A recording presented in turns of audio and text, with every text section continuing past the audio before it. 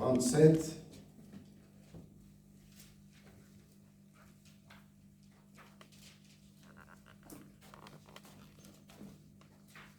Genèse 37. Est-ce que tu es là? Amen. Nous allons prendre Genèse 37, versets 16 à 35. Mais nous allons lire seulement 2 versets là aussi. Je lis le premier verset au nom de Jésus-Christ. Amen. Genèse 6, verset 5.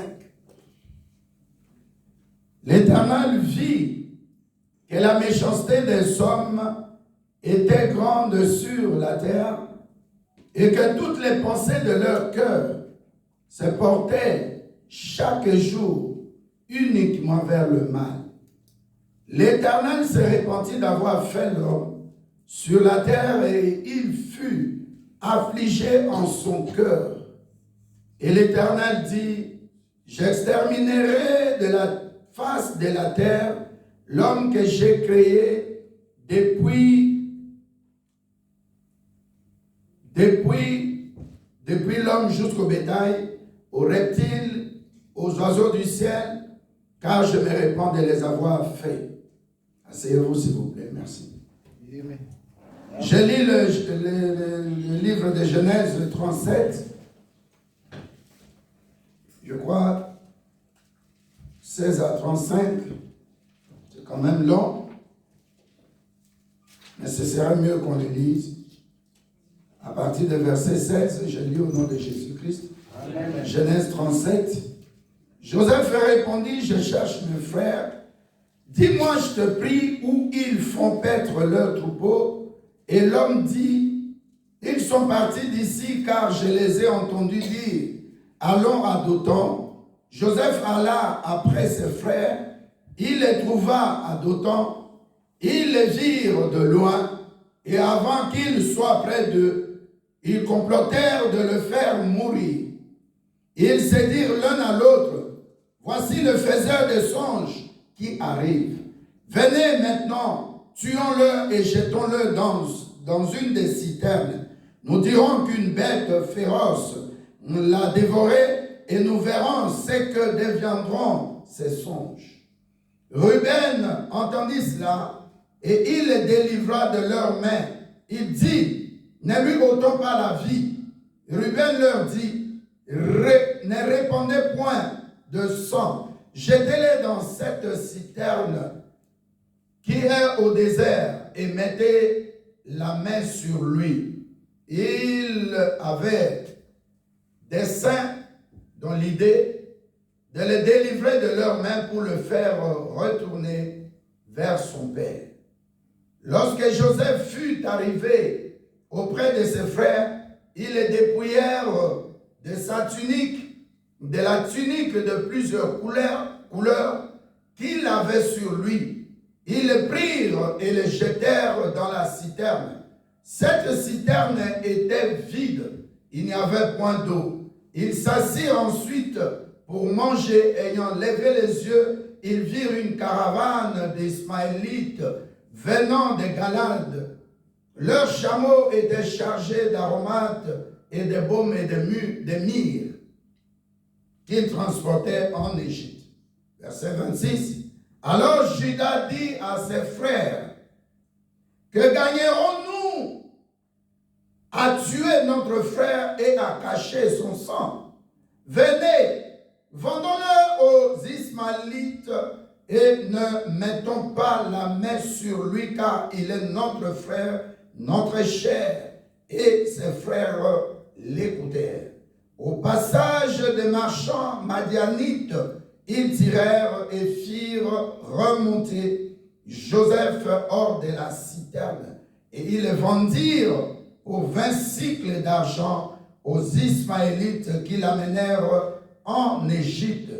Ruben revient à la citerne et voici, Joseph n'était plus dans la citerne. Il déchira ses vêtements, retourna vers ses frères et dit, l'enfant n'y est plus, et moi, où irai-je?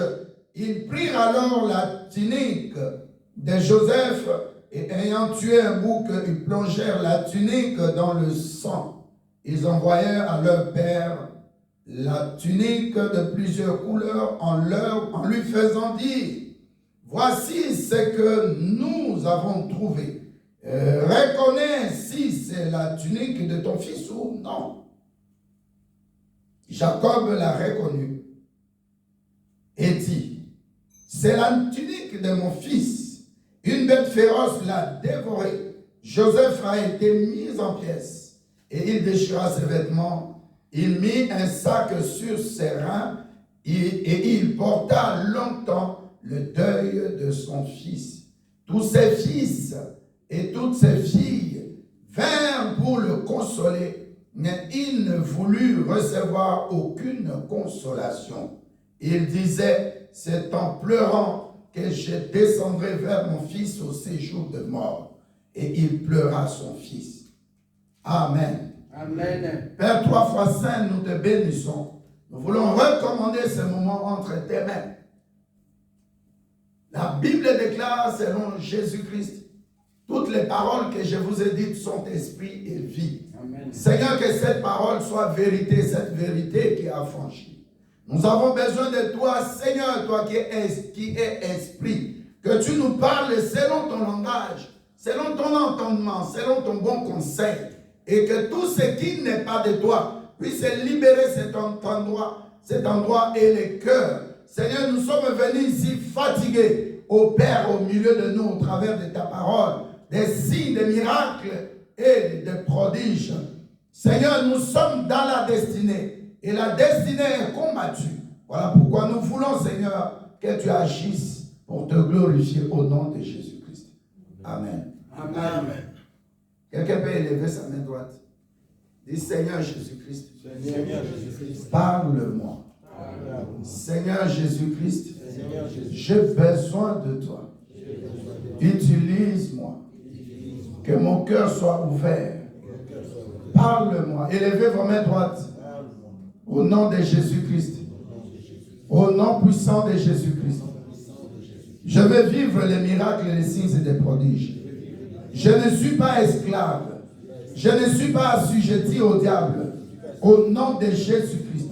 Saint-Esprit, guéris-moi, délivre-moi et libère ma famille. Libère cette assemblée, les mains d'honneur. Au nom puissant de Jésus-Christ. Amen. Alléluia. Amen.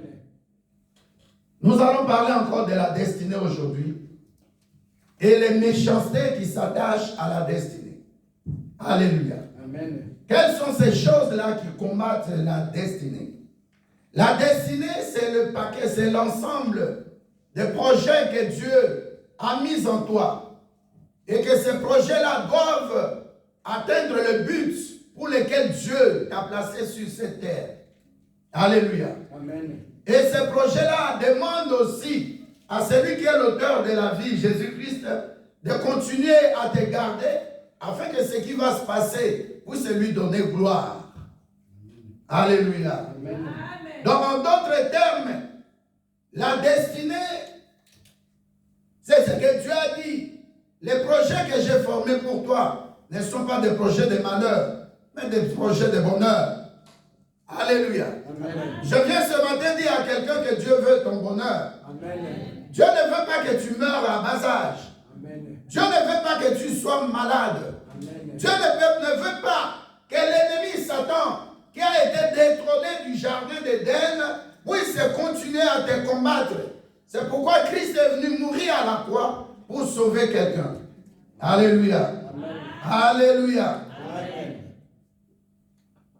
Nous allons voir aujourd'hui la destinée et toutes les méchancetés qui s'attachent à la destinée. Aujourd'hui, si Dieu veut, nous allons parler de 4 types de méchanceté. Il y en a au moins 7-8. Alléluia. Amen. Mais aujourd'hui, nous allons parler de 4 types de méchanceté. La Bible nous dit dans Genèse 6, au verset 5, l'Éternel vit que la méchanceté des humains ou des hommes était grande sur la terre et que toutes les pensées de leur cœur se portaient chaque jour uniquement vers le mal. C'est ça la définition de la méchanceté. Alléluia. La méchanceté, c'est le caractère de ce qui, ou de tout ce qui est projeté vers le mal. Alléluia. Amen. Vers la ruse, vers le mensonge.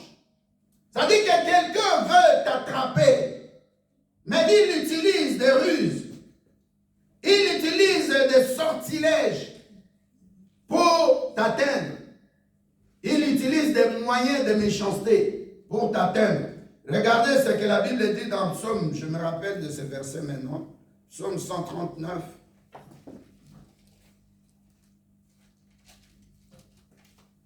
Psaume 139, verset 16.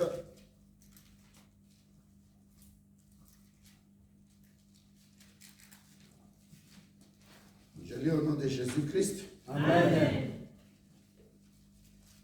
Quand je n'étais qu'une masse informe, tes yeux me voyaient. Et sur ton livre étaient tous écrits, inscrits, le jour qui m'était destiné avant qu'aucun d'eux existe.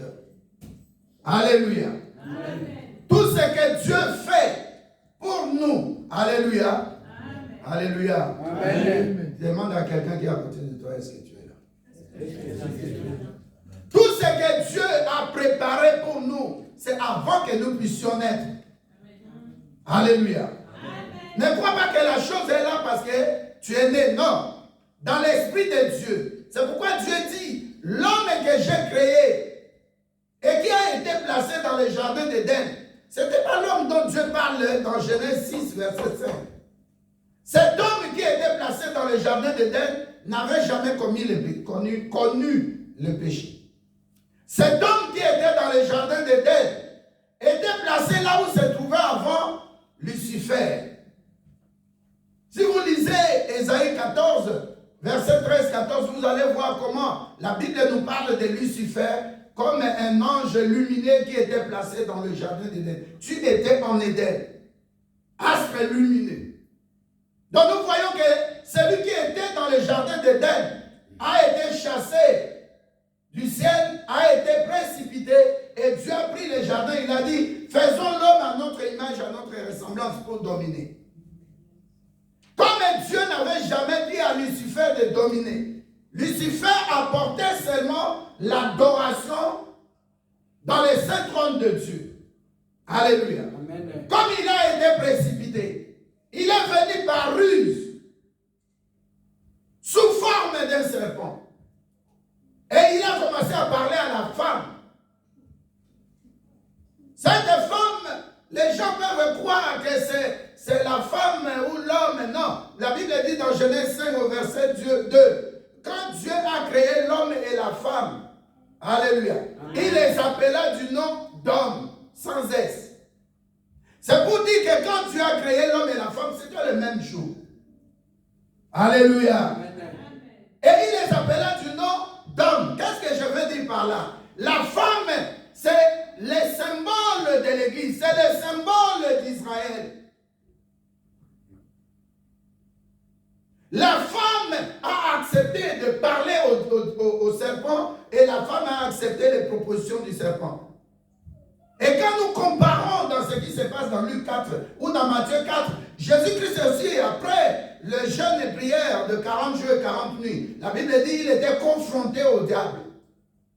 Les gens qui étaient ici le mardi, j'ai dit le premier signe que Dieu veut que tu puisses atteindre le but pour lequel il t'a formé, c'est que tu dois traverser les épreuves. Alléluia. Amen. Tes épreuves sont proportionnelles à ta foi. Donc quand Dieu veut t'amener à atteindre un but, tu dois te mettre dans la tête. Toi, tu vas voir les épreuves, mais Dieu voit la foi. Amen. Amen. Alléluia. Amen. Le mardi, nous en avons parlé ici. La Bible nous dit que la pensée de l'homme est tournée vers le mal. C'est ça la définition même de ce que nous appelons méchanceté. Ça dit que quelqu'un a le caractère de préparer toujours par des ruses, par des fausses pensées, ce qui est mal contre l'autre. Et nous voyons ici Le premier exemple, c'est celui qui s'appelle Joseph. Joseph, son nom signifie que quelqu'un qui va s'accroître. Joseph, c'est quelqu'un que Dieu a préparé à atteindre un objectif parce qu'il a placé en lui 2 songes. Et tous ces 2 songes, ce sont des songes de la grandeur. Amen. Dis à quelqu'un qui est à côté de toi, Dieu t'appelle à la grandeur. Alléluia. Amen. La destinée que Dieu a mis en toi, ce n'est pas parce que tu es né, mais c'est quand tu étais encore dans l'esprit de Dieu. Il avait préparé pour chacune de nous une destinée. Et cette destinée-là doit être une destinée meilleure, une destinée de bonheur. Amen. Alléluia. Amen. Pendant ce temps, Apocalypse 12, verset 10 nous dit, verset 12, pardon. Apocalypse 12, verset 12. Pas gentil, tu peux dire ça. Je suis dans l'introduction, je suis en train d'expliquer pour que tu comprennes ce dont nous allons parler. Je lis dans le nom de Jésus-Christ. Amen, amen. Apocalypse 12, verset 12. C'est pourquoi réjouissez-vous, cieux, et vous qui habitez dans les cieux. Malheur à la terre et à la mer, car le diable est descendu vers vous, animé d'une grande colère, sachant qu'il a peu de temps. Alléluia. Amen. J'ai dit ceci. La destinée, c'est le plan de Dieu pour ta vie. Alléluia. C'est le futur que Dieu a choisi pour ta vie. Et la destinée de chacun de nous, de chacune de nous, est particulièrement attachée à une seule personne. Ta destinée, Dieu n'a pas copié ta destinée pour une autre personne. C'est pourquoi sur cette terre, ne cherche jamais à copier les autres. Amen. Alléluia. Amen. Sache que Dieu t'a destiné à quelque chose, même si vous êtes marié.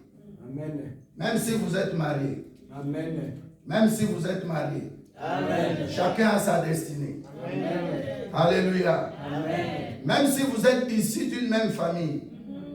La destinée de Jacob n'était pas la même destinée de son Lipasa au jumeau qui s'appelait Ésaü. La destinée de Joseph n'était pas la destinée de Judas, ni de Ruben, ni des autres enfants.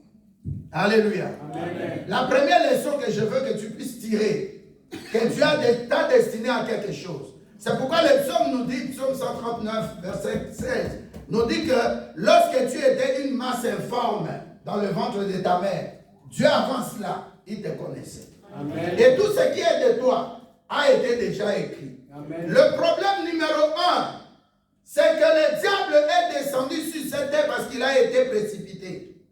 Il s'appelait Lucifer. C'est le nom que Dieu lui a donné quand Dieu l'a créé. Retiens ça.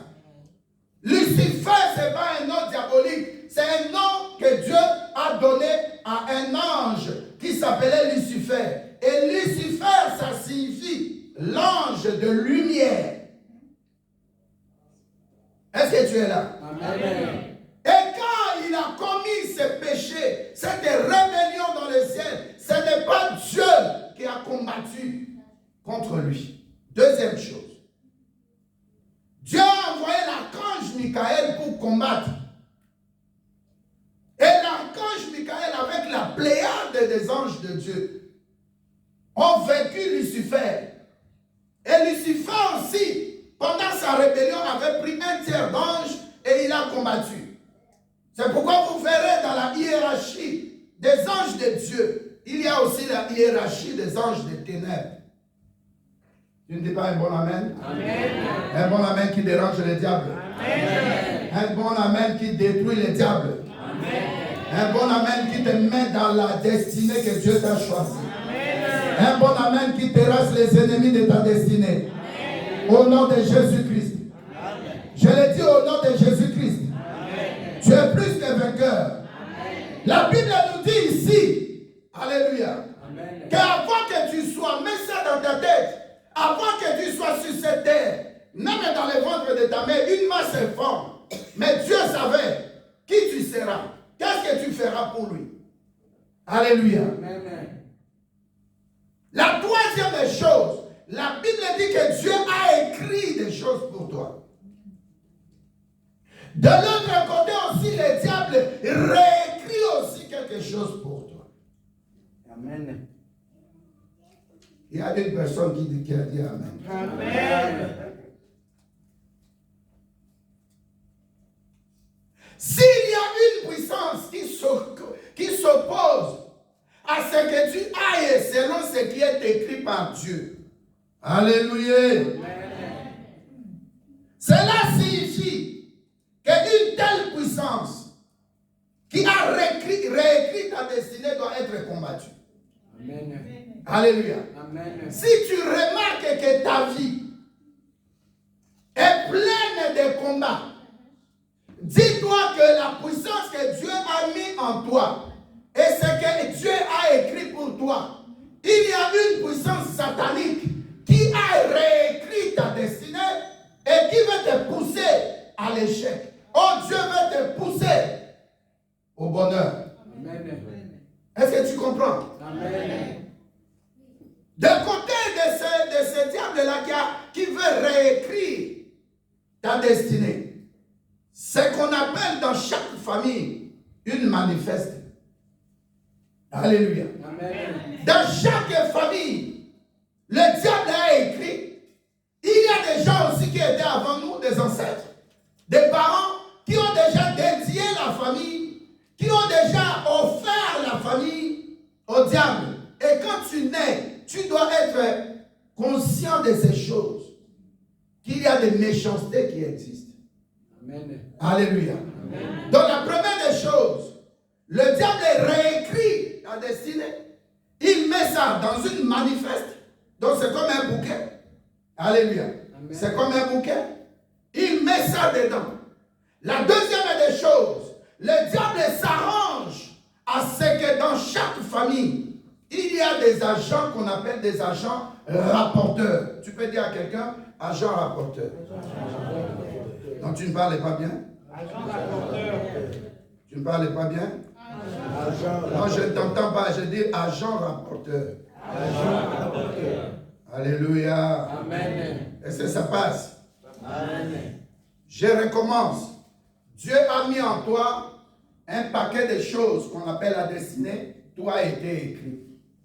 Mais le diable, comme il ne peut pas créer, il prend seulement ce qui est de Dieu. Alléluia. Amen. Il réécrit ça à sa manière. Et pour remarquer que tu as quelque chose de Dieu, tu verras que ta vie est pleine de combats. Tu vas remarquer que ta destinée selon Dieu, ce n'est pas ce que tu vis. Tu pries comme une bonne chrétienne, comme un bon chrétien, tu respectes les principes de Dieu. Mais tu remarques à la fin toujours que tu ne gagnes pas. Amen. Alléluia. Amen. Donc le diable maintenant, il prend ce qui est de Dieu. Il vient, il les réécrit, mais en troublant tout. Là où Dieu a écrit bonheur, il écrit malheur. Là où Dieu a écrit la vie, il écrit la mort. Là où Dieu a écrit la bonne santé, parce que Dieu a dit par exemple dans 3 Jean 2, il a dit, bien-aimé, je souhaite que tu sois en bonne santé, que tu prospères à tous égards, comme prospère l'état de ton âme. Le diable prend ça, il écrit chez lui, dans son langage diabolique. Il dit, tu n'es pas bien-aimé d'abord, tu seras toujours haï, tu vas souffrir. Et puis ta vie ne sera pas une vie de bonne santé, tu seras toujours malade. Ton âme ne sera pas une âme dans la quiétude, tu ne seras pas dans la paix. Mais ton âme va toujours vivre des troubles, des soucis. Alléluia. Amen. Donc tout ce que Dieu a écrit pour toi, je te dis que tu dois être conscient. Que moi là, Dieu ne m'a pas dit que ce qui m'arrive là, c'est que Dieu a écrit. Ça vient du diable. Alors le diable maintenant, quand il a réécrit, il met ça dans un bouquin qu'on appelle dans le domaine spirituel une manifeste. Et deuxièmement, le diable maintenant s'arrange à ce que, qu'il y ait des agents qu'on appelle des agents rapporteurs. Alléluia. Amen. Ces agents rapporteurs, ce sont ceux qu'il a placés comme les démons, comme les esprits impurs, comme les sorciers, les occultistes. C'est lui qui vit ceux qui entrent dans le corps humain, qui vivent avec nous et qui peuvent aller opérer les missions de Satan, qui peuvent même ramener des informations à Satan. C'est comme dans un quartier quand une femme est enceinte. Alléluia. Amen. Il y a des agents qu'on appelle les démons de contrôle du quartier. Eux, leur rôle, c'est de renifler et sentir l'odeur d'une femme qui est enceinte. Ils vont informer le diable. Parce que c'est que Dieu cache. S'il ne veut pas que le diable voit ça, le diable ne verra pas ça. Amen. Alléluia. Amen. La Bible nous explique ici le premier cas que nous appelons la méchanceté inhérente. La méchanceté inhérente, c'est la méchanceté qui est de la famille. Alléluia. Ça dit qu'avant que tu naisses, tu es déjà victime. Est-ce que je parle à quelqu'un? Amen. Avant que tu sois sur cette terre, pour le diable, tu es déjà victime. Et le diable est ton gourou. Et comme tu es victime, la première des choses, le diable voit ta naissance. Alléluia. Amen. Mais dès ta naissance, le diable a déjà réécrit ta destinée. Cet enfant, je vois qu'il est dans la lumière. C'est comme Jésus-Christ. Alléluia. Amen. La Bible nous dit, dans Matthieu 2, la Bible nous dit que les gens, les mages sont venus parce qu'ils voyaient l'étoile de cet enfant. Amen. Alléluia. Amen. Donc toi, Dieu voit, Dieu a mis en toi une étoile. C'est pourquoi la Bible parle dans l'Apocalypse d'une pierre blanche, d'un caillou blanc. Alléluia. Amen. En voyant l'étoile de Joseph, ce n'était pas seulement parce qu'il a parlé des songes. Ça dit que le diable sait que cet enfant qui est né, il est spécial. Pourquoi cet enfant est spécial? Parce que sa maman Rachel ne mettait pas au monde. Le premier enfant que Rachel puisse avoir s'appelle qui? Joseph. Donc il y a des enfants au milieu de nous. Quand tu as eu cet enfant-là dans des moments difficiles, tu faisais la prostitution, ou bien quelqu'un est venu t'enceinter et est parti, ou bien quelqu'un est venu te marier mais t'a abandonné avec ces enfants-là. Sache que ces enfants-là ont des étoiles. Ça dit le diable commence à ouvrir des portes pour que ces enfants-là, leur vie soit détruite. C'est comme nous autres. Tu es à bas âge, papa est mort. Comment tu vas continuer ta scolarité? Comment tu vas continuer tes études? Alléluia. Une sœur est là, un homme vient la prendre en mariage, et puis cet homme-là, il trouble la vie de la sœur avec beaucoup d'enfants, et puis il est parti. Je vais t'informer pour que tu aies un signe. Les enfants que tu as eus avec cet homme, ce sont des enfants de la destinée de Dieu. Amen. Ce sont des Jephthé qui seront abandonnés. Amen. Qui vont constituer un groupe de gens de bons à rien.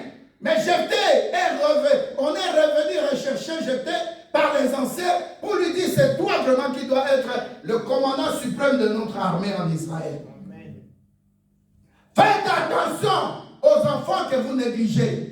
Faites attention dans la famille, la personne que vous trouvez que la personne n'a pas assez d'argent. La personne n'a rien de valeureux.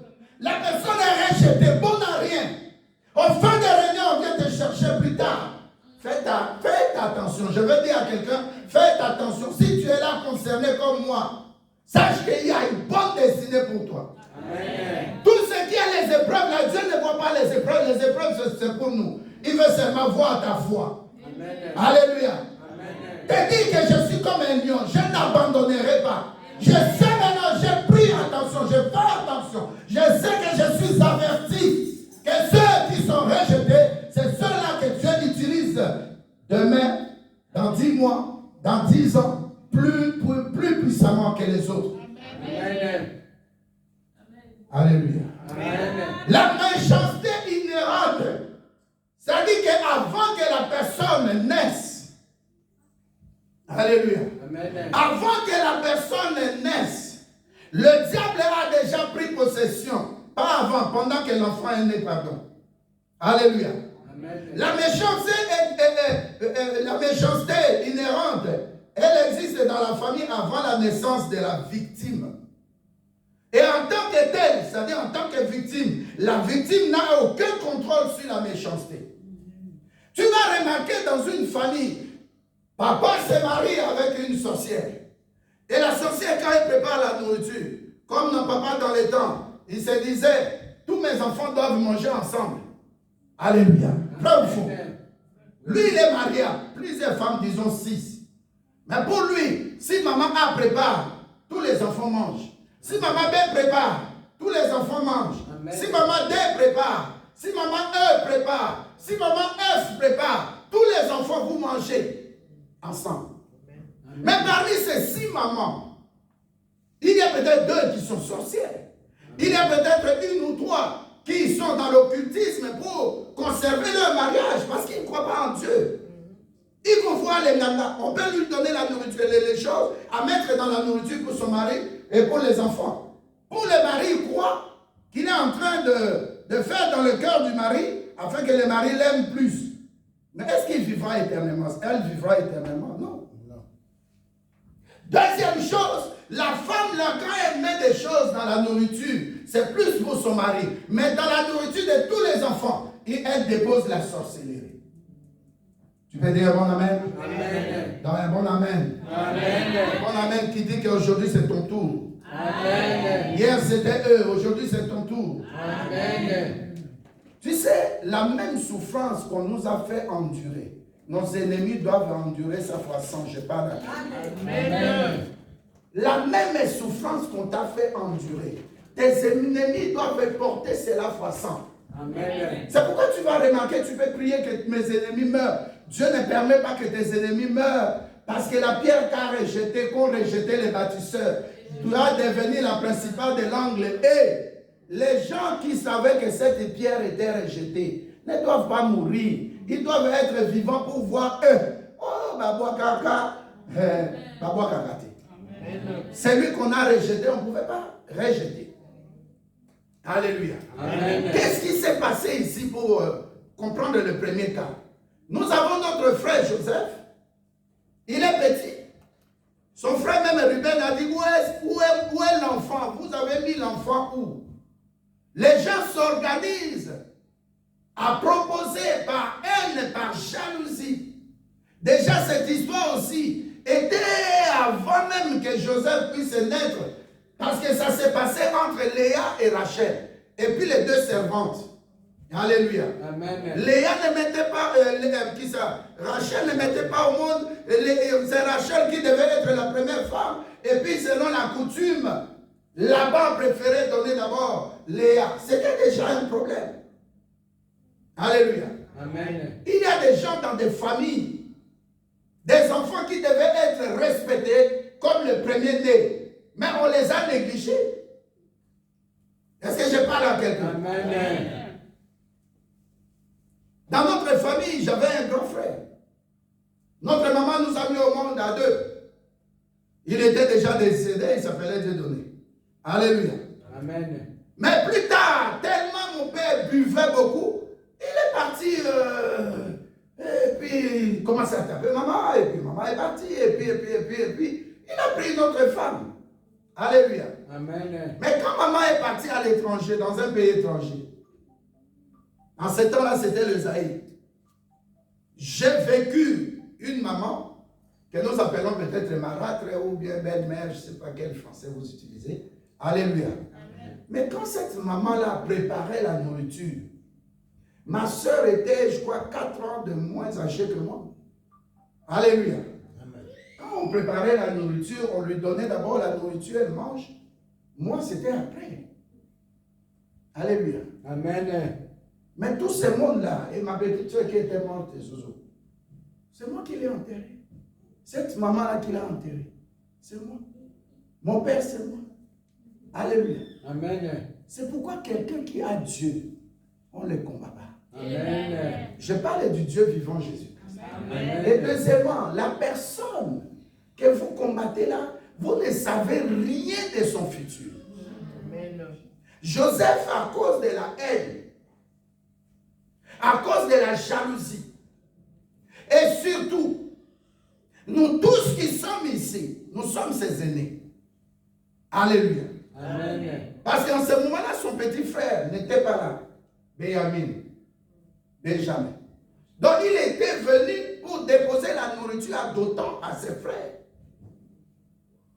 qui étaient des bergers. Et quand il arrive, de loin déjà on commence à parler. Il y a des gens quand tu viens, comment tu vas, maman, mais de loin tu ne sais pas ce que la personne a dit.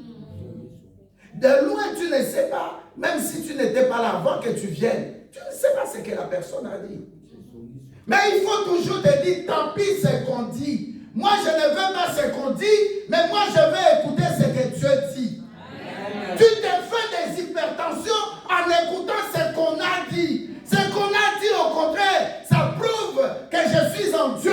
Si je n'avais rien, on n'allait rien dire de moi. Amen. Alléluia. On me critique. Mais c'est bien parce que je brille. Si j'étais dans l'obscurité, on n'allait pas me voir. Amen. Au contraire, dis à Dieu, pousse encore que je brille plus fort. Donne-moi encore la lumière plus forte. Amen. Moi, j'ai vu des gens qui se croyaient, mais qui ne sont plus.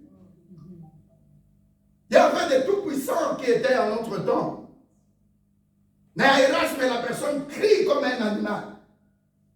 Tellement malade. La personne de toute sa vie n'a jamais voyagé. En vol économique comme toi et moi, on voyage en avion.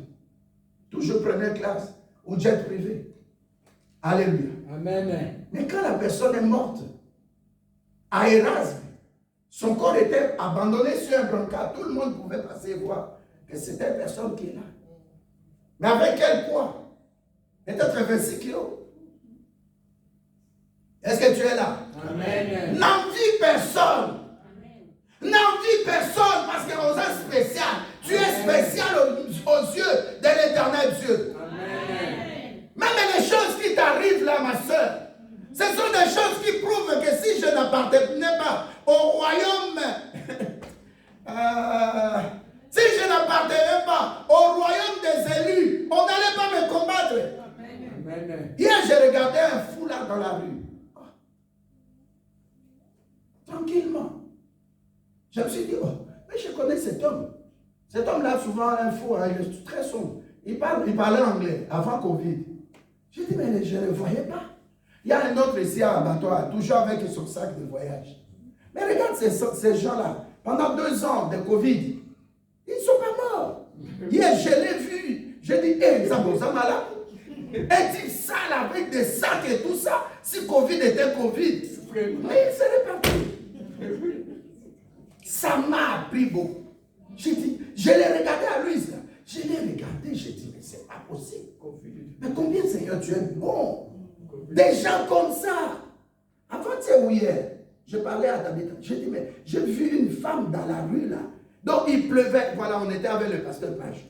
Et puis avec un autre pasteur. Je passais, j'étais dans la voiture, j'attendais le pasteur. Il pleuvait abondamment. Le vendredi.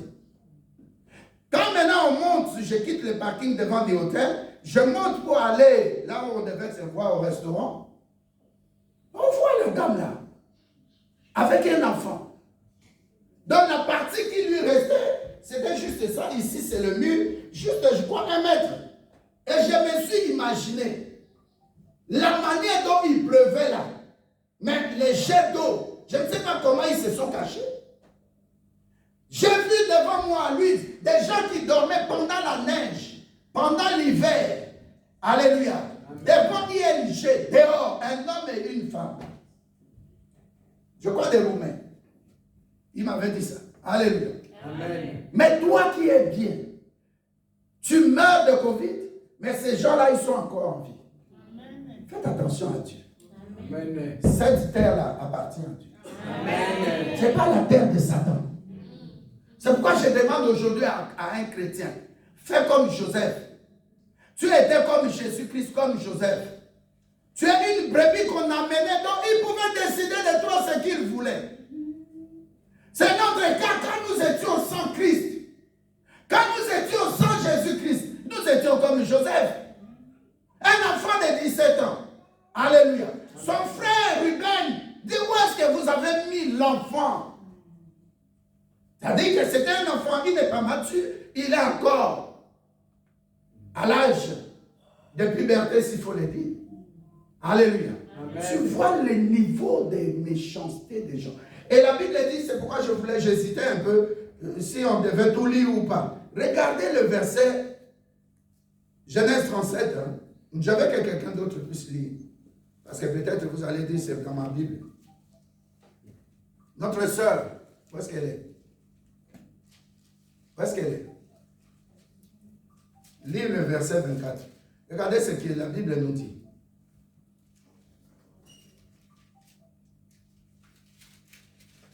Genèse 37, verset 24. Et 25, s'il te plaît.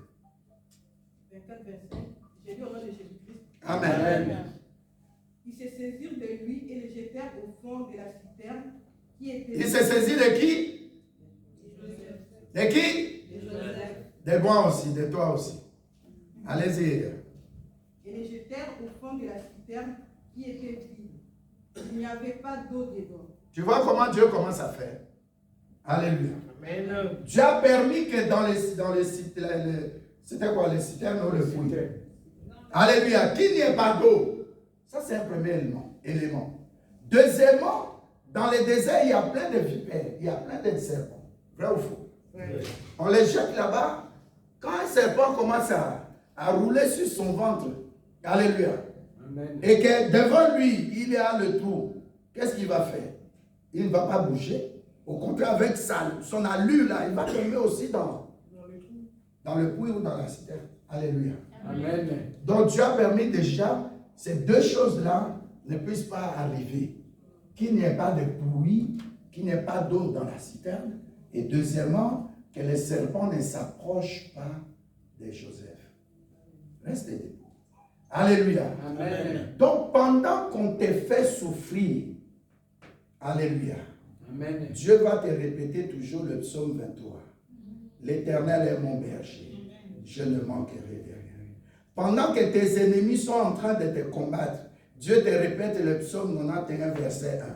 C'est lui ou seul qui demeure sous l'abri du Très-Haut repose à l'ombre de l'Éternel. Qui craindrai-je? Pendant que je traverse mon épreuve, ce ne sont pas tes épreuves. Dieu me protège à sa manière. Moquez-vous de moi aujourd'hui, mais vous saurez demain que je suis une race élue. Je suis un sacerdoce royal. Amen. Quand Dieu veut que toi tu vives, quel que soit le combat, tu vas sentir aussi la protection divine. Amen. Si tes ennemis préparent des plans, ils montent des moteurs, des agents moteurs, ou des agents qu'on appelle des agents rapporteurs au sein de la famille. Alléluia. Amen. Dieu aussi prépare tes anges, ses anges, pour t'arracher à tous les dangers. Alléluia. Amen. Il faut toujours te dire que ce que Dieu a mis en toi, ce n'est pas du diable, mais c'est à Dieu. Donc Dieu ne regarde pas ton corps ou ta beauté. Mais Dieu regarde ce qu'il a placé en toi. Ça s'appelle la destinée. Et quand Dieu place sa destinée en toi, quel que soit le combat, tu arriveras. Amen. Ce qui était en Joseph, ce n'était pas de l'extérieur. Alléluia. Amen. Dieu a dit au prophète Samuel, ne les regarde pas de l'extérieur. Tu vois Abinadab leur taille. Tu vois Shama leur taille. Tu vois ces enfants-là, les 7 frères de David, avec leur taille. Mais moi, je regarde quoi? Au cœur. Dieu regarde à ce qu'il a placé en toi. Ce que Dieu a placé en toi, c'est comme tu vas à Paris, tu mets une adresse.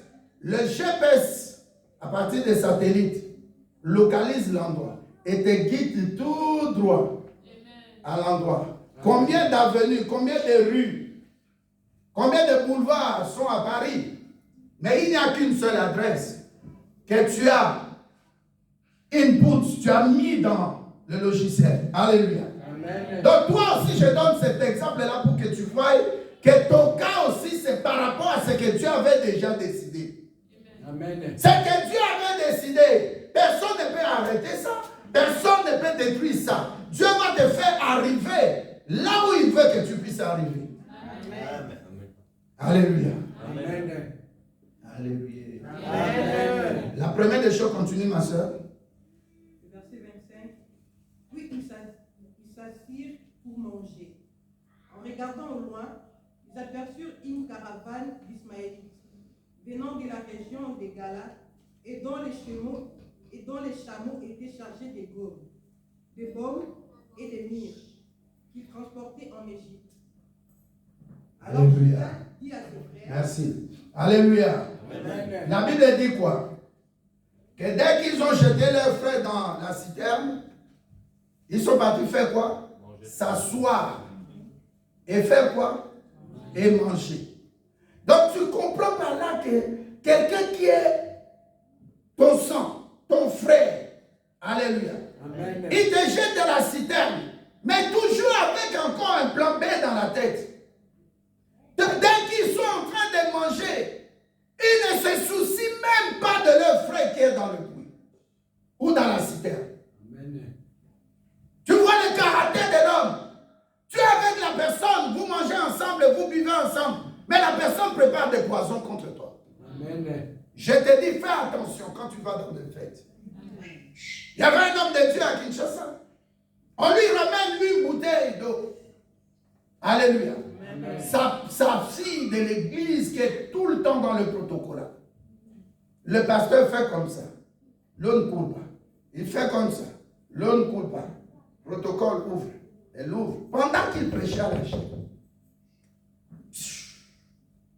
Le pasteur boit. 25 minutes après, le ventre commence. Il fait rapidement, il termine la prédication. Il va à l'hôpital, le pasteur est mort. Alléluia. Amen. Alléluia. Amen. Donc le pasteur se disait, bon, l'eau c'est bon, ça ne coule pas. Or, ils sont en train de prendre des bouteilles en plastique. Ils trouvent ça avec des seringues, ils mettent le poison. Ils mettent de feu un peu pour cicatriser l'endroit. Et puis quand tu fais ces gestes-là, tu ne vois plus. Alléluia. Amen. La personne qui est proche de toi. Regardez l'évangéliste Jimmy Chouaga, qu'il a détruit à Londres. C'est une haïtienne qui est là depuis des années. Alléluia. Amen. L'église catholique montait des coups, ça ne marchait pas. Mais c'est cette fille qui a permis à l'église catholique d'installer des caméras dans l'hôtel où il était. Alléluia. Amen. La fille qui est venue, papa, il y a un pasteur évangéliste, il y a quelqu'un, il y a une fille qui veut te voir vraiment, j'ai écouté un peu son, c'est terrible, mais bon, je vais la recevoir. Et puis avec un produit puf. Le pasteur est surpris, il voit seulement une vidéo, il était nu avec, c'était comme ça, on a fait asseoir l'évangéliste de Jimmy Chouaga. Alléluia. Amen. Alléluia. Amen. La Bible dit dans Matthieu 10, verset 38, l'homme aura pour ennemi les gens de sa maison. Est-ce que je parle à quelqu'un? Amen. Matthieu 10, verset 36, l'homme aura pour ennemi les gens de sa maison. Il y a des propres sœurs qui ont tué des propres sœurs. Il y a une femme ici. Enfin, elle était déjà morte à Namur. Elle va en vacances à Kinshasa. Elle achète une maison, ne dit à personne, comme toi tu es ma petite soeur, tu es resté avec mon frère, avec maman plutôt. Ma petite soeur et maman. Je vous achète cette maison pour que vous puissiez quand même habiter bien, mais de l'autre côté derrière, qu'il y ait dans les annexes des locataires comme ça, vous n'avez pas à me déranger tout ça. Et quand on achète une maison, généralement la loi dit, il faut attendre au moins une période de 6 mois s'il y a des contestateurs. Alléluia. Amen. La femme prend, elle rentre ici en Europe avec des pondous, elle commence, elle arrive le matin comme ça, elle prépare le pondou. L'homme est parti à l'école, au boulot, il a déposé les 2 enfants à l'école. La femme prépare le pondou, comme les femmes à la cuisine parfois, elles goûtent un peu pour nous dire plus tard, Yokins à la tête, je vais manger plus tard. Et puis l'homme revient, il trouve sa femme est morte. Elle ne faisait que vomir. Alléluia. On appelle l'ambulance, on vérifie, on appelle le laboratoire de police criminelle, on vérifie, on voit qu'il y avait des poisons, on amène ça à l'hôpital, l'hôpital confirme, et puis on dit, mais ça vient d'où? Le pondou vient de King. On va maintenant à partir de l'ambassade de Belgique à Kinshasa avec une conseillère juridique avec, je crois, 6 policiers. On arrive là-bas et puis dans la parcelle, la femme là voit les blancs, ta soeur est morte, elle commence à crier. Moi, je n'avais pas mis des poisons pour mettre des choses dans le... Elle-même, elle commence à parler. Vous savez, le sang des gens, le sang de quelqu'un très fort. Amen. On l'a arrêté. Et l'homme ici aussi s'est dit, oh, mais comment ma femme a acheté une maison? Moi, je ne sais pas. Pendant que l'homme et la femme travaillaient, la femme gardait son économie, mais l'homme ajoutait aussi à l'économie de la femme. Mais la femme ne disait pas la vérité, que je vais acheter une maison. Maintenant qu'elle est morte et la vérité est sortie, l'homme n'avait même pas envie d'enterrer la femme. Il nous a dit, mais pasteur, à un moment donné, je regarde que c'est ma femme, la mère de mes enfants. Je regarde de l'autre côté, comment elle m'a trahi, comment elle m'a menti. Alléluia. Amen. L'homme aura toujours pour ennemi les gens de sa maison. C'est la première méchanceté. La méchanceté inhérente, avant que tu naisses, les gens de ta famille peuvent, je ne dis pas toujours, peuvent te faire du mal. Joseph, ce n'est pas quelqu'un d'autre qui l'a vendu, mais c'est Judas. Pendant que le premier-né de la famille interdisait qu'on puisse lui faire du mal, le tuer, pendant qu'il s'est déplacé, Judas maintenant propose, oh, regardez les Madianites. Les Égyptiens sont là, avec leurs chameaux, vendons-le. Et puis les vendent à 20 cycles d'argent, le même montant qu'on a vendu Jésus-Christ. Alléluia. Amen. On amène Joseph en Égypte. Si vous lisez Genèse 50, verset 20. Alléluia. Déjà dans Genèse 39, la Bible nous dit que Joseph, lorsqu'il est arrivé dans la maison d'un général, on l'a vendu, ils sont partis aussi revendre Joseph. Alléluia. Nous allons lire Genèse 39. Deuxième type de méchanceté, nous allons nous arrêter là. Genèse 39, verset 16 à 18. Quelqu'un peut lire? Quelqu'un peut lire? Amen. Genèse 39, Verset. 16 à 18. Je lis dans le nom de Jésus-Christ. Genèse. Non, il y a quelqu'un qui ne répond pas. Je lis dans le nom de Jésus-Christ. Et elle posa le vêtement de Joseph à côté d'elle, jusqu'à ce que son maître rentrât à la maison. Alors, elle lui parla ainsi. L'esclave hébreu que tu nous as amené est venu vers moi pour se jouer de moi. Et comme j'ai élevé la voix et que j'ai crié, il a laissé son vêtement à côté de moi et s'est enfui dehors. Alléluia. Amen. La deuxième méchanceté, c'est la méchanceté acquise. On peut avoir des méchancetés au sein de la famille, des gens de la famille, que les diables placent comme des moniteurs, c'est-à-dire des gens qui soi-disant t'orientent, mais qui veulent te détruire. Des agents que nous appelons des agents rapporteurs. Ce sont eux qui sont chargés de missions, de t'espionner, de savoir ce que tu fais et de rendre des rapports au diable. La deuxième méchanceté, c'est la méchanceté acquise. Cette méchanceté n'a rien à voir avec ta famille. Quelqu'un peut dire bon amen? Cette méchanceté est en dehors de ta famille. La Bible dit ici que cette femme est la femme du général. Cette femme, c'est une femme puissante dans le pays d'Égypte. Mais cette femme a vu que son mari, le général Potiphar, a acheté cet enfant égyptien. Il l'a placé dans sa maison. La Bible dit que dès que Joseph avait mis ses pieds dans la maison de Potiphar, tout progressait, tout lui réussissait. Amen. Il avait deux étoiles, il a la troisième étoile, il a la quatrième étoile, il devient général d'armée. Alléluia. Amen. Et regarde quelqu'un qu'on néglige, qu'on rejette, mais partout où il fout la plante de ses pieds, Dieu lui donne possession. Amen. Mais toi, tu es en train de perdre ton temps pour combattre quelqu'un comme ça. Cette personne est bénie de Dieu. Ça n'a rien à voir avec son extérieur. Il peut être un enfant comme Joseph, mais partout il fout seulement la plante de ses pieds. Ma camouillon se joue comme en ordre, les choses s'arrangent, les choses s'organisent en sa faveur. Fais attention à quelqu'un qui a la faveur. Amen. C'est pourquoi vous allez remarquer, moi je ne combats jamais mes ennemis. Je sais qui m'a parlé. Et Dieu ne m'a pas parlé en songe ou bien à travers un pasteur. Moi-même comme ça, la journée de 10h à 14h, pendant 4 heures du temps. Je sais ce que Dieu m'a dit. Amen. Toute personne qui me combat en termine toujours mal. Toujours. Je parle de toi aussi. Amen. Moi, je ne suis pas spécial. Alléluia. Amen. Alléluia. Amen. Alléluia. Amen. Toute personne qui va te combattre, c'est Dieu lui-même qui va s'occuper de tes ennemis. Amen.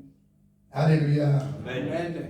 Je dis bien toute personne qui va te combattre, je proclame ça au nom de Jésus-Christ. Toute personne qui va te combattre, que Dieu commence dès aujourd'hui à s'occuper de tes ennemis.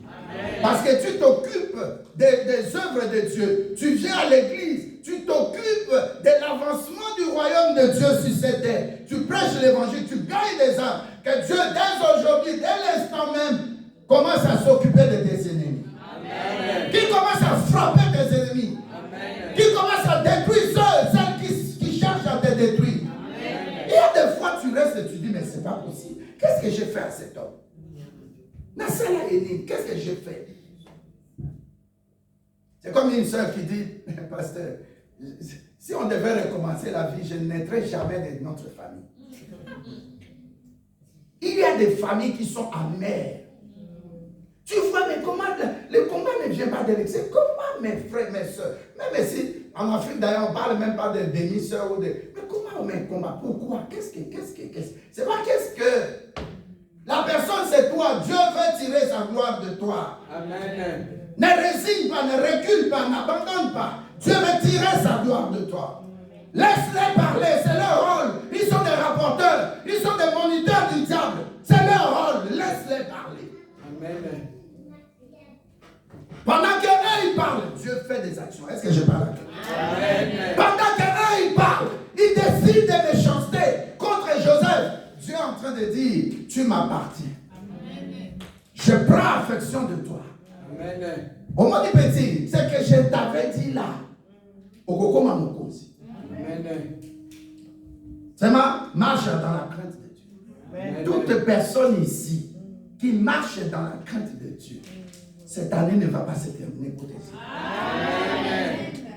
Ne fais pas du mal, ne planifie pas le mal, sois toujours ta bouche proprement lavée par le sang de Jésus pour déclarer de bonnes choses. Dire à Dieu gloire à toi. Mais tu vas regarder tes ennemis. Je prends rendez-vous, nous allons revenir ici le 31 décembre. Amen. Tu viendras, pasteur. Elle est morte. Il est mort. Est-ce que tu peux dire un bon amen? Amen.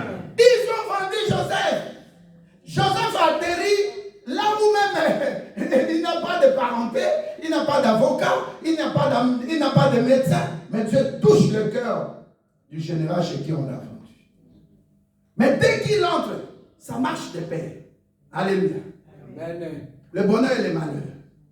La maladie et la guérison. Tout ça marche de paix. Pendant que tu es dans la guérison, le diable va planifier des maladies contre toi. Amen. Pendant que tu es bien dans ton couple, tu pries, Seigneur, donne-moi un malheur. Il prépare que tu ne mettes pas au monde. C'est ça, ça marche de paix. Un enfant de Dieu doit toujours mettre ça dans sa tête. Alléluia.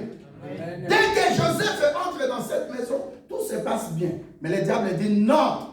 J'avais déjà écrit. J'ai eu une manifeste sur cet homme. Je dois chercher encore des agents qui. Des agents qui j'ai donné des noms. Des mots. Oui. Des agents quoi? Rapporteurs. La dame là s'est dit, ce garçon il est beau de figure, parce que la Bible le dit. Il est beau de figure, mais comment je vais faire? La Bible dit, il répétait. Il disait à Joseph, sors avec moi. Viens faire les rapports sexuels avec moi. Et Joseph toujours refusait. Mais cette fois-là, Joseph a préféré laisser ses habits. Elle prend ça comme un signe ou comme un témoignage. Elle va dire à son mari, le général qui revient du boulot, tu vois l'enfant que tu as mis dans ta maison. Tu ne m'aimes plus, tu ne m'aimes plus, tu l'aimes plus que moi. Regarde ce qu'il a fait. Et c'est vrai, c'est faux. Alléluia. Amen. Mais regardez, quand la Bible dit, c'est qu'on dit de toi qu'on ne te trouve pas dedans. Amen. Alléluia. Joseph, dans sa conscience, savait que je n'ai jamais cherché même aucune idée Moi, j'ai tellement de boulot. La maison d'un chef, on vient, on mange, il faut laver les assiettes, il faut laver les cuillères, les fourchettes, les verres, il faut nettoyer, il faut mettre tout au propre. Je n'ai même pas le temps de sommeil. Il refuse. Alléluia. Amen. Et quand la femme a dit ça, comme c'est son mari, on prend Joseph, on le jette où? Dans la prison. La partie là, cette femme-là, constitue ce qu'on appelle la méchanceté acquise. Parce qu'elle n'est pas de la famille de Joseph cette fois-ci. Donc regardez Joseph, sa vie. C'est comme un moment il devait se dire, bon, je vais me suicider, j'en ai marre. Parce que mes frères me vendent. Je crois que je viens en exil ici ou bien je suis à l'étranger. J'ai eu un petit boulot, un caillou. Mais on monte encore des complots contre moi. La Bible dit dans Ésaïe, tout complot qu'on montera contre toi, Dieu dit, ça ne vient pas de moi. Amen. La personne, si tu es rassuré avec moi ici, que Dieu a mis en toi une destinée meilleure, des projets meilleurs, des plans merveilleux de Dieu, tout ce qui se montera contre toi, dis seulement une chose, l'Éternel Dieu combattra. Amen. Moi, je garderai le silence. Alléluia. Amen. Tu vois la personne qui est dans son fond intérieur, qui croit que dans cette histoire, moi je ne suis pas victime. Je ne suis pas coupable. Je ne suis que victimisé. La première des choses aussi à faire, c'est de dédramatiser. Dédramatise. Ne prends pas ça à cœur. Ne porte pas ça dans ton cœur. Ne porte pas ça dans ta pensée. Parce que c'est toi qui risques d'avoir l'hypertension, des problèmes d'estomac. Dis que Dieu sera mon juste juge. Amen. Jérémie a dit, Dieu sera mon juste juge. Amen. Dans cette affaire, ni A, ni Z, je n'y suis pour rien. Mais dans l'autre sens aussi, j'ai vu des sorcières ou des sorciers. Tu lui dis, c'est toi qui as dit ça. Et moi, je vais pas. Est-ce que je peux? Est-ce que je peux? Ils sont comme ça, les agents rapporteurs. Alléluia. Amen. Des agents spécialistes en mensonges. Ils peuvent monter des puzzles contre toi, des complots contre toi et ça prend forme. Mais j'appelle ça tour de Babel. Amen. Tour de Babel. Amen. Ce qui n'est pas de Dieu et qui a été monté contre toi. Même il y a des années, aujourd'hui que Dieu te justifie. Amen. Il y avait un pasteur à Lagos. Il s'appelle Blessing. Cet homme de Dieu là, il est le numéro 2 de l'église. Alléluia. Il y avait un pasteur aussi, une dame, numéro 3. Elle a monté un complot, elle a soudoyé une fille, va dans le bureau du pasteur, fais comme si tu vas coucher avec lui, et habille-toi en robe et déchire tes habits pour crier, tu jettes tout ce qui est sur sa table par terre, comme ça les gens quand ils viendront, ils trouveront que tu as raison et il a cherché à sortir avec toi. Père de famille, ce papa-là, ce pasteur-là a 2 enfants. Son mariage était brisé, sa femme n'y croyait pas. Elle n'a pas voulu comprendre l'homme. Les enfants sont partis. Ils ont commencé, la maman et les 2 enfants ont commencé à souffrir. Ce pasteur-là est resté 2 ans. Personne ne voulait l'écouter, sauf le pasteur titulaire, le visionnaire. Il a dit, je connais cet homme de Dieu. Il marche dans la crainte de Dieu. Et puis 2 ans après, la fille tombe malade. dis à quelqu'un qui est à côté de toi, mon Dieu est le Rédempteur, il s'élève aujourd'hui. Il s'élève toujours le dernier. Des vies sont détruites. Alléluia. À cause de quelqu'un par sa volonté, il veut mentir contre toi. Il veut monter un complot contre toi. Il veut faire croire à tout le monde, c'est lui qui a raison, pas toi. Aujourd'hui, je le dis, si Dieu n'est pas Dieu, que sera demain toujours comme ça. Mais si Dieu est Dieu, il est le créateur de tout ce qui est visible et invisible. Et s'il vraiment t'a choisi à le servir, que Dieu confonde tes ennemis. Qu'il y ait des cancers, je ne sais pas moi quelle maladie, des accidents de circulation. Des rushing moments. C'est-à-dire des moments de troubles, des moments de dégâts dans leur camp. Comme il y avait eu des tempêtes ici, que quelque chose est de spirituel, est de naturel, mais désastreux, passe dans leur vie, passe dans leur famille. Leurs enfants souffriront de génération en génération. Alléluia. Je l'ai dit, ça sera spirituel. La maladie est inexplicable.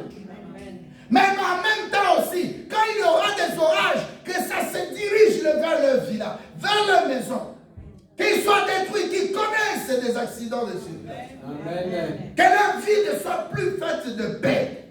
Que leur vie soit troublée. Des malheurs se multiplient fois 100 contre eux.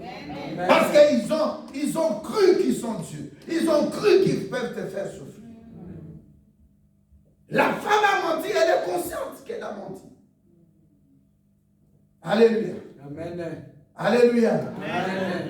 Il y a ce qu'on appelle la troisième méchanceté. Cette méchanceté-là, c'est la méchanceté des tourments. La personne n'est pas de ta famille. La personne cherche seulement à te tourmenter.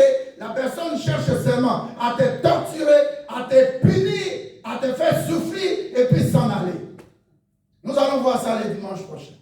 Amen. Dis à quelqu'un qui est à côté de toi, aucune méchanceté ne survivra contre toi. Qui monte leur complot comme ça ne vient pas de l'éternel Dieu. Je ne veux pas souffrir de leur complot. Répète après moi. Tout arme forgée contre moi sera nul et sans effet. Ils me feront la guerre, mais ils ne me vaincront pas. Au nom de Jésus-Christ. Au nom puissant de Jésus-Christ. Je me répète et je me résume. La méchanceté inhérente, ça vient de famille. Pour quelqu'un qui n'était pas encore né, mais le coup était déjà préparé. Le complot était déjà préparé. Alléluia. Amen. Alléluia. Amen. Joseph n'était pas avec eux, mais ils avaient déjà conçu. Dès qu'ils l'ont vu, oh, ça a fait comme si ça a réveillé leur haine, leur jalousie. Alléluia. Amen. Et dans ça, la méchanceté inhérente, c'est toi la victime. Il y a un gourou. Victime, je dis victime. C'est-à-dire, tu n'es pas coupable. Tu es innocent. Alléluia. Amen. Aujourd'hui aussi, Dieu veut t'innocenter. Amen. Alléluia. Et cette personne-là va souffrir. Mais dans leur cœur, il n'y a même pas une goutte de pitié. Rien. Pas de pitié. Et de telles personnes, on en trouve dans nos familles. Alléluia. Amen. Un papa disait, dans ma famille ici, vous mes enfants, personne ne peut réussir plus que moi. Deuxième chose, si quelqu'un veut se marier, doit me dire, doit me demander, papa, est-ce que cet homme-là ça va? Est-ce que cette femme-là ça va? Nous oublions que dans la polygamie, beaucoup d'enfants en souffrent aujourd'hui. Leur vie aussi, c'est des divorces en divorce, des changements de mariage. Tu dois couper ces liens-là. Est-ce que tu es là? Dis, je coupe les liens de polygamie des familles. Des enfants comme ça, ils n'ont pas connu, leur papa n'est même pas polygame. Alléluia. Amen. Mais ce qui est du grand-père, ce qui est de l'arrière-grand-père, ça a toujours des effets. À cause de quoi? Des nombrils. Donc la méchanceté inhérente est attachée à quoi? Au cordon ombilical. On a coupé ça physiquement. Mais ce n'est pas coupé spirituellement. C'est papa qui a dit la chose. Son enfant est parti, il a étudié. Il a eu des diplômes, il a eu un boulot, il est devenu chrétien. Il s'est marié, mais un jour il vient au village. La femme commence à crier. Papa, laisse-moi, papa, laisse-moi. Le papa de son époux, par les liens de mariage. C'est pourquoi quand tu entres dans le mariage, sache aussi que dans la famille de ton mari, tu hérites déjà des attaques. Amen. Lève-toi et combat.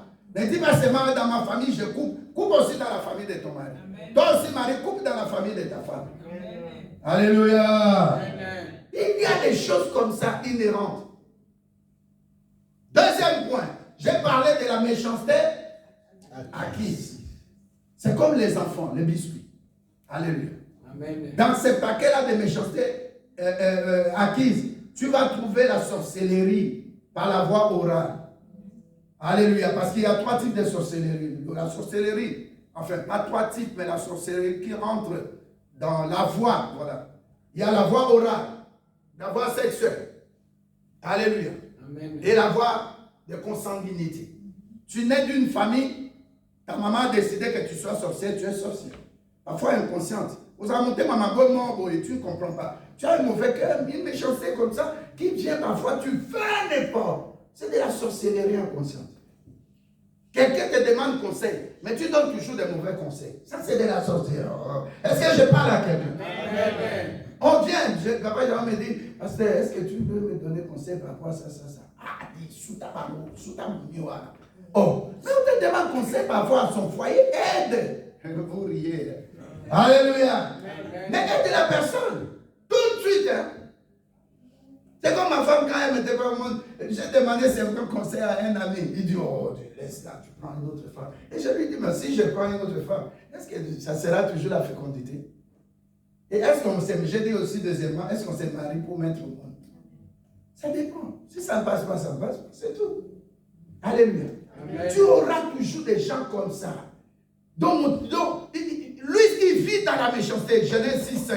Il ne vit que dans la méchanceté. Même Dieu dit, je regrette d'avoir créé l'homme.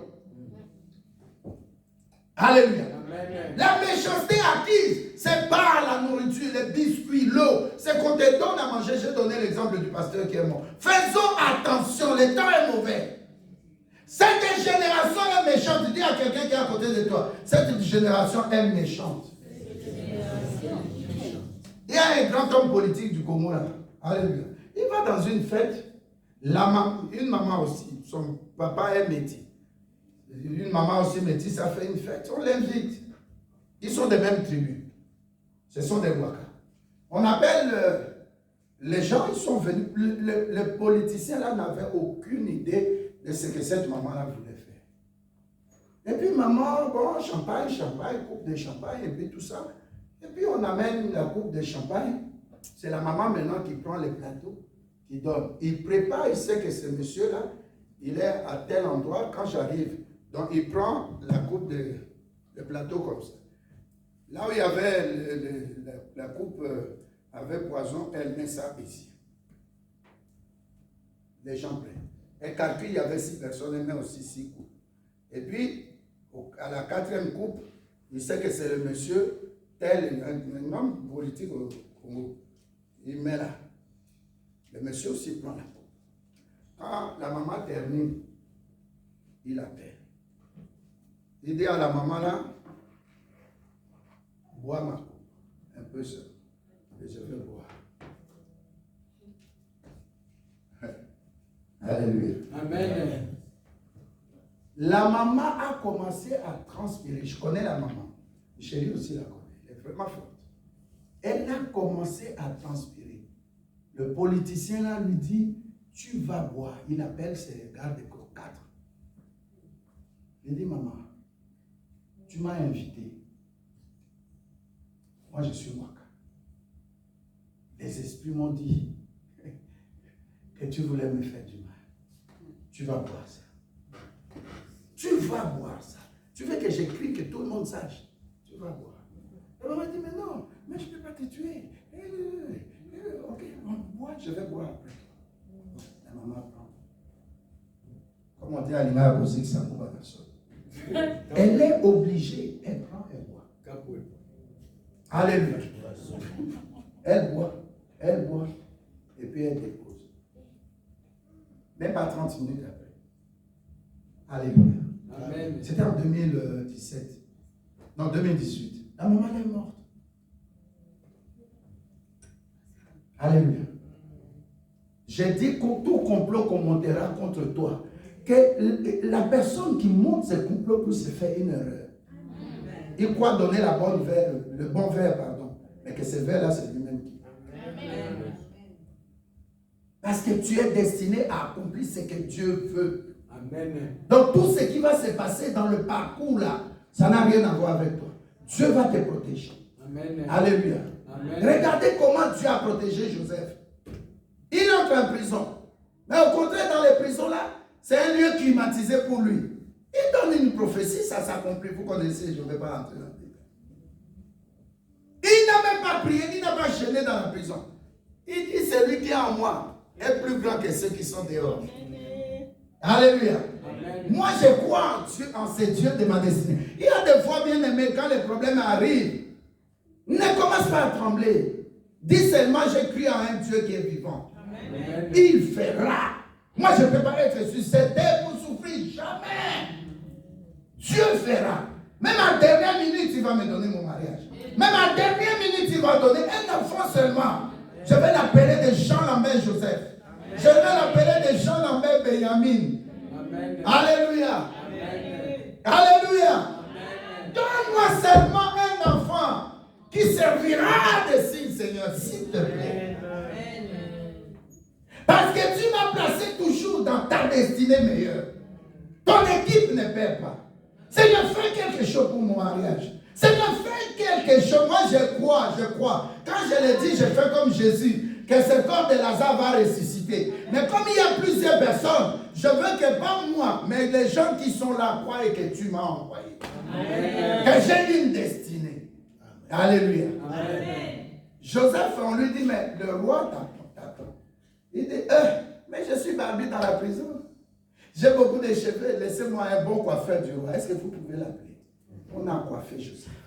Joseph qui ne faisait plus de soins de beauté, il prend son temps. Il sait que le roi va l'attendre.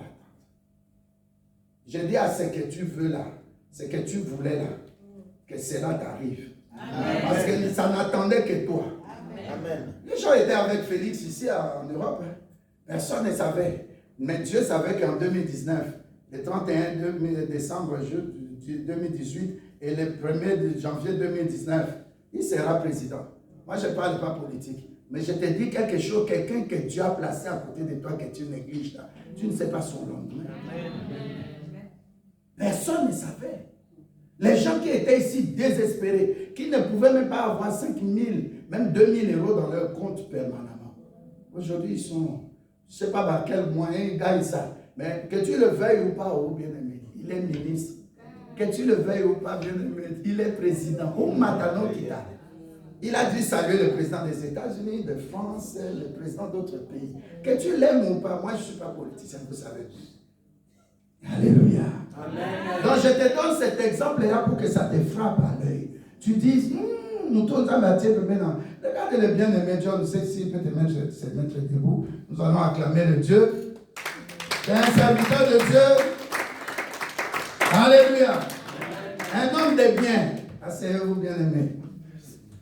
Quand défunt évangéliste était vivant, nous sommes partis dans sa maison. Sa femme Patricia m'a vu le dimanche. Pasteur, venez chez moi avec votre épouse. Vous avez beaucoup fait avec cet homme qui était mort. Nous l'aimons beaucoup. Il y a beaucoup de secrets. Beaucoup de choses. Quelqu'un de bien, alors devient. Quelqu'un de très puissant par le Seigneur. Amen. Il m'avait dit, pasteur, je serai là au culte. Il est venu. Que Dieu vous bénisse, homme de Dieu. Amen. Alléluia. Amen. Est-ce que vous avez compris quelque chose? Qui a compris? Premier point. Méchanceté inhérente. Tu lèves ta main, tu dis quelque chose. Tu vois ton cas, c'est libre. Tu as compris? C'est celui. Qui a compris quelque chose? Deux mots. Oui, maman, Marthe, c'est ça. Donc, on comprend les lignes, par exemple. L'habitement, tout ça à Sainte-Sainte, tout ça à 10. Amen. N'aie pas peur, hein? Dieu va faire, tu as quelque chose de Dieu. Qui encore? Les combats de la vie. Oui, maman. Maman Octavie. Faire attention à la méchanceté dans la famille. Ouais. Laisser la méchanceté aux alentours, aux amis, aux proches, faire attention. Amen. C'est pourquoi Dieu t'a donné un mari comme papa Didier. Il y a des gens, c'est vrai, hein, c'est comme mon épouse. Moi, je remplace beaucoup de sa famille, maman le dit, je remplace beaucoup de gens de méchanceté de sa famille. Je suis l'antipode, donc le contraire. Pour elle, c'est comme Dieu m'a donné cadeau. Je ne sais pas si ton mari est cadeau pour toi aussi. Dieu a donné ton mari cadeau, comme disent les West Africains. Alléluia. Ne désespère jamais. Même si la méchanceté est dans la famille, Dieu va toujours te donner quelqu'un qui vient à mon témoin. Quelqu'un là vraiment qui me fait du bien. Amen. Qui a encore? Oui, maman. Moi, j'ai compris que la méchanceté inhérente, c'est juste un tremplin. C'est quelque chose que Dieu utilise pour te propulser. Amen. Si les frères de Joseph ne l'avaient pas vendu, Genèse 50-20 n'allait pas s'accomplir. Parce que quand ils sont venus, ils l'ont trouvé. C'est pourquoi j'avais un peu laissé ça, on verra ça le dimanche prochain. Il a dit, vous voyez ce que vous avez planifié en mal contre moi. Dieu l'a renversé. Dieu l'a renversé en bien pour moi. Afin que là où je suis, je devienne maintenant une bénédiction pour vous. Il y a des choses que Dieu peut faire. Tes ennemis disaient, non, bien. Vous êtes comme un tremplin, comme un pont. À cause de je suis devenu aujourd'hui, après le roi Pharaon, c'est moi. Amen. Qui encore? Que Dieu nous bénisse. Nous allons nous lever. Nous allons répéter quelque chose. Au nom de Jésus-Christ. Au nom de Jésus.